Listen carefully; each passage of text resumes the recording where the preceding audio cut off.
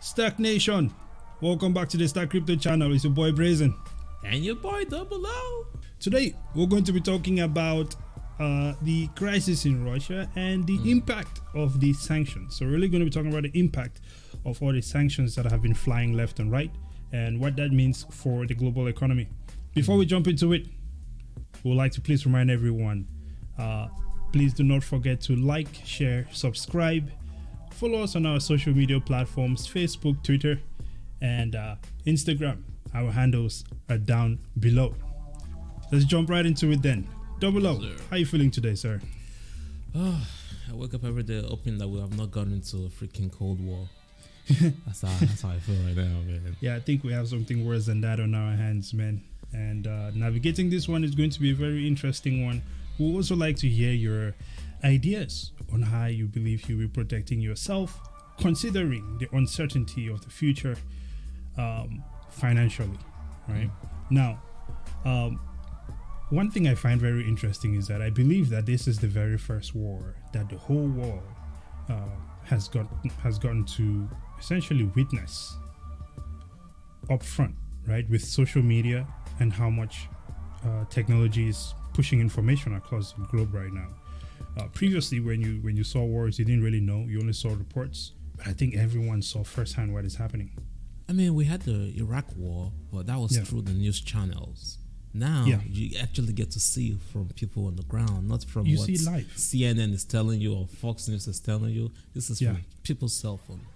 Yeah, the people who are involved in it are literally recording and posting it, which is interesting for sure. Now, here's the thing. As a reaction to what is going on right now, we can see that multiple countries around the world have now imposed sanctions on Russia, as well as the United States. However, Russia, UK, EU, right? European Union. Now let's take a look at some of these sanctions that have been flying in here. So we see the US and the UE and the EU, USW, the European nations. I'm slow this morning, right? The US and the EU, European Union, have levied sanctions on Russia's biggest banks and its elites, frozen the assets of the country's central banks located outside the country, and excluded its financial institutions from the SWIFT bank managing system. But they've largely allowed its oil and natural gas to continue to flow freely to the rest of the world. This is a big issue, and this is one that we're going to be touching on a little bit here. But before we jump into this, what is the SWIFT system for those who may not know? I mean, come on, it's the global financial application. Payment system. Right. Yeah, that we used to pay and transact. You want to do an exchange from one. That sucker is so old, but it's been around for quite a while. 40 or more years. And it's mostly based off the US dollar, by the way. Yeah, but I think it was set up from the get-go to be based on the US dollar, because since the United States dollar is the world reserve currency, right? After it's World War recognized II. everywhere, right? Other nations are able to transact in US dollars using this SWIFT system. So being disconnected from this SWIFT system is essentially like being kicked out of every bank, and now you cannot transact with anyone, right? So, but the interesting thing on this is, as they levied all these sanctions, for some reason they kept the gas sanctions, off the table, right? And it's interesting because we're going to see why that is, right? We have a short video which we're going to share with you here, and then of course we have some more data, right, to kind of support this. So I'm going to drop this video here. This is actually a video of the former US President Trump, which most people do not like, which is fine, right? But we just want to point out this is a matter of right or wrong. It's a matter of facts. Facts, right? man. Simple. Exactly. So no matter how you feel about Trump, this happened, right? And we're just telling you what's happening. Exactly, right? And we can see right now what he was talking about, and it's coming into play. So with no further ado, let's jump into it here. I'm gonna here to add this Russia. So we're protecting Germany, we're protecting France, we're protecting all of these countries, and then numerous of the countries go out and make a pipeline deal with Russia, where they're paying billions of dollars into the coffers of Russia.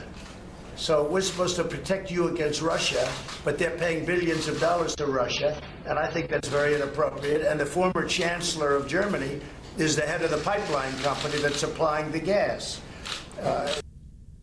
All right.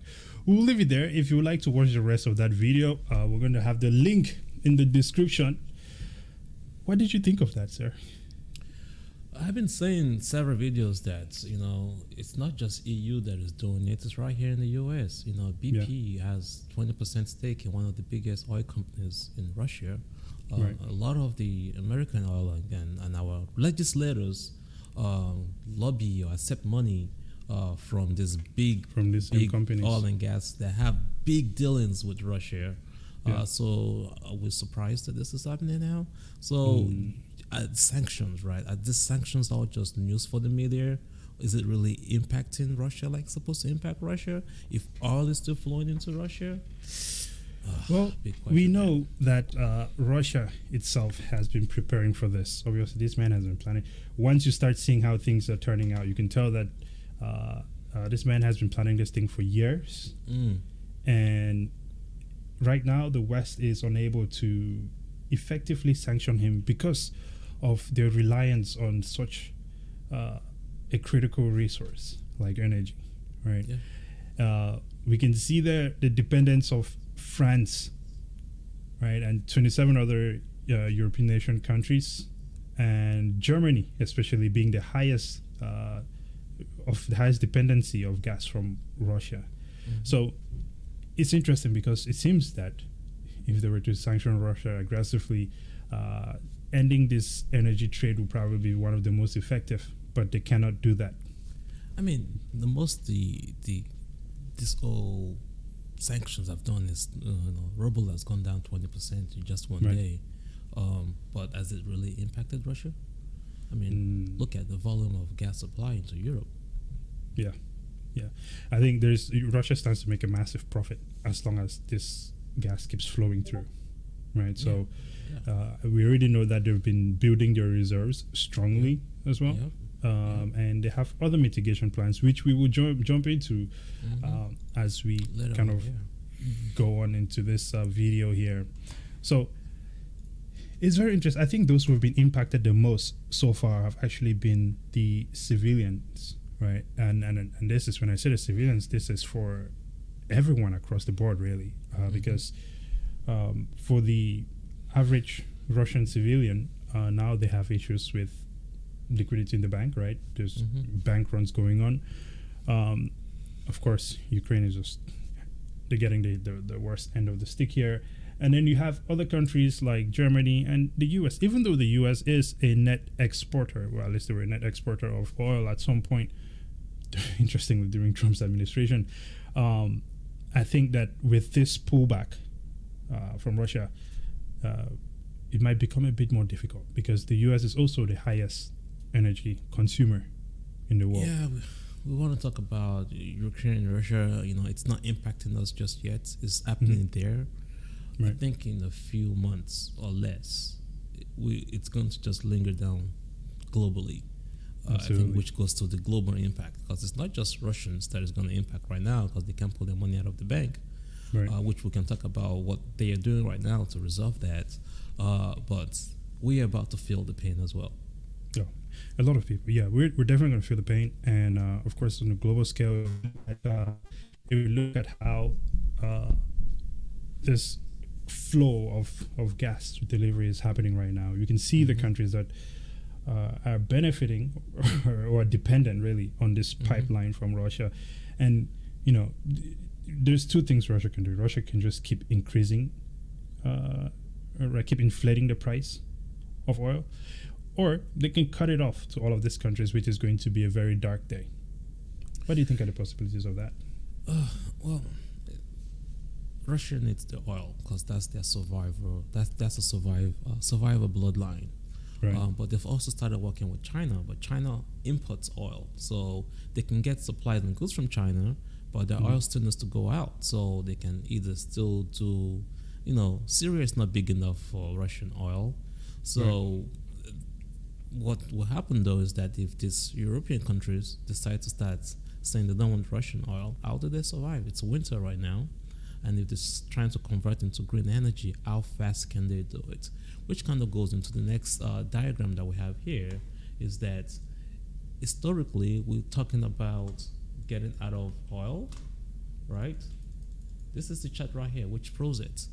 If all these European countries which export goods and services, vehicles, technology, finance to the world, now have an issue with Russia, and as you can see, since 2010 to 2020, the dependency on Russian oil is actually increasing instead of decreasing, then we have a big problem in our hands. Absolutely. I definitely think this would be, one thing that is really interesting here is actually seeing that the United States is actually the only country, at least according to this graph which we have here, that has been moving more towards that green energy. Yep. And I think we really just need to accelerate that and kind of look for much more efficient means of, of powering things around the country. Yep. So changing our mindset, changing our approach, and this kind of also ties into a lot of the videos which we've been doing about increasing aggregate efficiency, moving to more sustainable energy sources, right? And I think while this is going to hurt, right? There is that saying, if it doesn't kill you, it makes you stronger. Yeah. While this is going to hurt, I think ultimately the world is going to find a way to not find themselves in this situation anymore, being dependent on oil from Russia, which ultimately means moving to alternate sources of energy. And so if we're able to pull that off, right, which really now it forces all these governments to really look for a solution towards getting that greener energy. I think if we survive this, the world will be a better place for sure. But you know what's happening right now, though? What's that? The establishment, the oil money, is already convincing governments that, if Russia's acting up, let's go and do deals with OPEC, and let's go do deals with Middle East and get that deal going. Let's get a better relationship with Iran. Trump canceled the relationship with Nigeria in terms of oil. Maybe let's go ahead and reestablish that. And I'm like, okay, so we're going from one bad situation to possibly another bad situation, because we've not had enough with the Middle East, but now we're going to go back and reestablish that. So what happened to self-reliance? I think that is going to be difficult to do at this point in time, because we know that the US dollar is losing its strength as a war reserve currency. We know that some countries have already been settling outside of the US dollar. So creating those deals in the future moving forward, and of course you also have China's influence on all these other countries that the United States has been ignoring for the longest of times. Would they really make those moves? Would they really make those deals with the United States again? And how would China react to that? It's also which goes back to the topic. It's going to impact our pockets. We're talking about inflation is high. We haven't seen anything yet. Aerospace, restrictions, oil and gas, oceans restrictions, logistics. List just goes on. Like all the stuff that could go wrong. It's going to happen. There's a lot that is going to go wrong for sure. This is interesting because you kind of leave these things into the hand of leaders, the smarter people. But I don't know, man. They're not proving that they know what they're doing. Anyway, the mitigation plans then. Let's talk about what are the possibilities for Russia. We know that while Russia is likely to turn closer to China to make up for lost supplies, right, the things that we usually get from the West, right, goods and services, they're also betting that their enormous energy supply will continue to be in demand, particularly during the cold winter, which, Germany cannot turn off the oil now, that's for sure. There is significant profit to be made there. We went through that. Now, last month, Russia and China signed a 30-year deal that will allow Russia to supply gas to China, though the pipes to carry the gas won't be completed for at least 3 years, right? Which, hey, still going to be big money. I think China is good for it. They're also one of those big consumers of energy as well. As you can see, China haven't said a single word about what's going on yet. So they're trying to make sure that they don't get into any sanctions. But we can't sanction China. We sanction China, we're screwed. Yeah, we can do that. And it's interesting, but that's our fault as well. That's the U.S. fault. Hey, give them everything, man. Yeah, with the moving of. But then again, I think having a solid plan in place to recover from these things is the way forward. And I think that is what leadership should focus on, is what I would say, right? Well, which goes back to what we're expecting the president to come up with in the next few days or weeks is, what's your plan for crypto? Are you going to say because of Russia that you're going to try to so-called ban cryptocurrencies? Or are you going to support it? Because, you just came out, a week ago saying it's a matter of national security. We've been saying that for years. Yeah. But fighting against it or adopting it and getting stronger at it is that, you got to choose your pill. Absolutely. Now, this snippet here is from NPR as well. Mm-hmm. And it says an increased reliance on cryptocurrency will be an inevitable avenue for Russia to try to prop up its financial transactions, said David. I cannot pronounce that name. A political science. How can you have an S and a Z? Let me leave it alone. A political science professor at George Washington University, but it's likely it would serve as a substitute for corporate transactions over time. Well. Listen. We've been talking about Bitcoin, right, forever, because I think ultimately that is the one, right? Coindesk as well also reports that the ruble Bitcoin trades reached a 9-month high. We also know that Russia has banned its citizens from transacting or sending money outside of the country in fiat, right? Mm-hmm. And we can see there that we are at an all-time high of Russian ruble to Bitcoin transactions because the ruble is also falling. This is a classic example of people trying to protect the value of their money, right? Which is something that we talk about here. We're looking at inflation, the devaluation of the dollar, and one of the best ways to protect your assets is to move into Bitcoin, right? How do you ban a country from SWIFT if they're already making plans to leave SWIFT and use CBDCs? Absolutely. Centralized. And you can tell, like, they expected it. They expected the sanctions. Yeah. So everything from how it's turning out, everything that these guys planned out, it's really kind of turning out as expected, and they seem to have a backup plan for it. Now, at the same time, because one thing that happens is, people may look at there is this culture of demonizing certain things that are not used in the way that you like, right? Yeah, or you don't know nothing about. Exactly. So like I've read articles where it talks about they try to demonize Bitcoin by saying that racist groups use it for transactions. That is almost like saying that you shouldn't drink water because racist people drink water, right?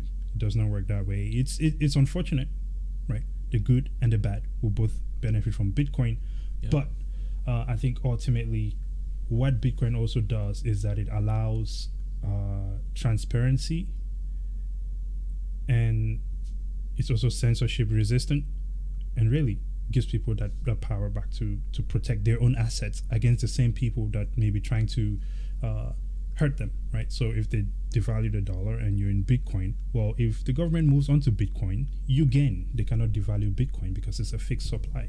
This is one of those very important characteristics of money, right? And that is what Bitcoin delivers. So it's interesting. It's like the Ukrainian prime minister saying, "Oh, ban the wallets of Russians because they're using Bitcoin." I'm like, don't let the poor citizens of the country that has nothing to do with the war suffer. I mean, that goes back to the old, not your own keys, not your keys, not your coins. Not your coins. Oh, so, which, by the way, man, you got a ledger coming, you know what I'm saying? Yes, sir. But, so that's another interesting topic there that we don't want to dive into. It also goes back to the point of anonymity, where XMR, for example, you can mix up your coins so that you can move stuff around. There's good and bad benefits of it. Just like the dollar, currencies that we use, the fiat right now is used for both good and bad, but there are benefits either way. I don't think the Russian people should suffer for what the government is doing. So there's a lot of things to look at in terms of what impact is going on. Another big impact is that it's good that the price of Bitcoin is going up. But as we all know, there's a global disaster about to happen. So it makes sense for Bitcoin to be $1 million if it does get to $1 million. But if you can't even walk down the street because everything is just blown into pieces, then what are you going to do? Well, I think war is a very expensive thing. That is one thing that is for sure. It is clear as day. If anyone still doubts that after seeing what just happened, war is a very expensive thing. And moving on to a Bitcoin standard where you have a fixed supply of things, of money, right? When you spend so much of your money, everyone sees how weaker you are, right? Depending on what is going on. And so I think ultimately having that clear financial transparency across the board for everyone, that there's something to be said about that. It changes the dynamics of how people operate. It uproots corruption, which is one of the biggest things, right? You have that money and then corruption, and it's money that is not auditable, right? Because if you look at the IMF and all these other guys, they have rules in place saying that no one can question them about their financial transactions, which affect your life. So, I think getting to a point. Right, yeah, go ahead. No, just something right there, because people keep saying that the currency or history is repeating itself, and that money is being misused. But then you have a technology that allows for the transparency, so that everything that is going on now, you would have seen it coming, and you can speak to it before it actually happens. And Absolutely. I think that's kind of where we're trying to get to. Absolutely. I told people in public that I'm moving all of my savings to Bitcoin. I think some people thought I was joking. But that is what it is. Well, ladies and gentlemen, let us know, what are your thoughts? What do you think of this situation that is unfolding right now before our eyes? Is this going to be the moment that we all shift to the Bitcoin standard? Or is this going to be another moment where humans do not learn and go back to doing the same thing? Final thoughts, Double O. I don't want to say what I'm about to say. You should say. I just want to. I just gotta be optimistic. I just think that hold money establishment is determined to keep things the same way it has been. So they're gonna fight really hard. So the adoption of cryptocurrencies and Bitcoin especially, it still got some battling to do. But the good news is that the situation on the ground right now is actually allowing people to see the benefits of the technology, and that's good news. Look, I don't want to extend this any further because we've been going for a while already, but I think if the United States adopts Bitcoin, there is some advantages there. Very strong advantages. It's just a matter of seeing what happens now. All right. Well, until next time, please follow us on Facebook, Twitter, Instagram. Our handles are down below there. Leave your comments down below. What do you think? Right? What are your thoughts on the sanctions? How do you think it would affect the global economy? And again, what are you doing to protect your assets from, well, the massive inflation, which could be coming up, or, a recession, right? If they decide to jack up interest rates and all that good stuff there. You could have the little comma there. And what's going to happen to all the Bitcoin nodes in Europe if all the oil and energy goes away? Hey, I think we'll still be fine. It's all good. All right. Until next time, ladies and gentlemen, Brazen out. Double O out.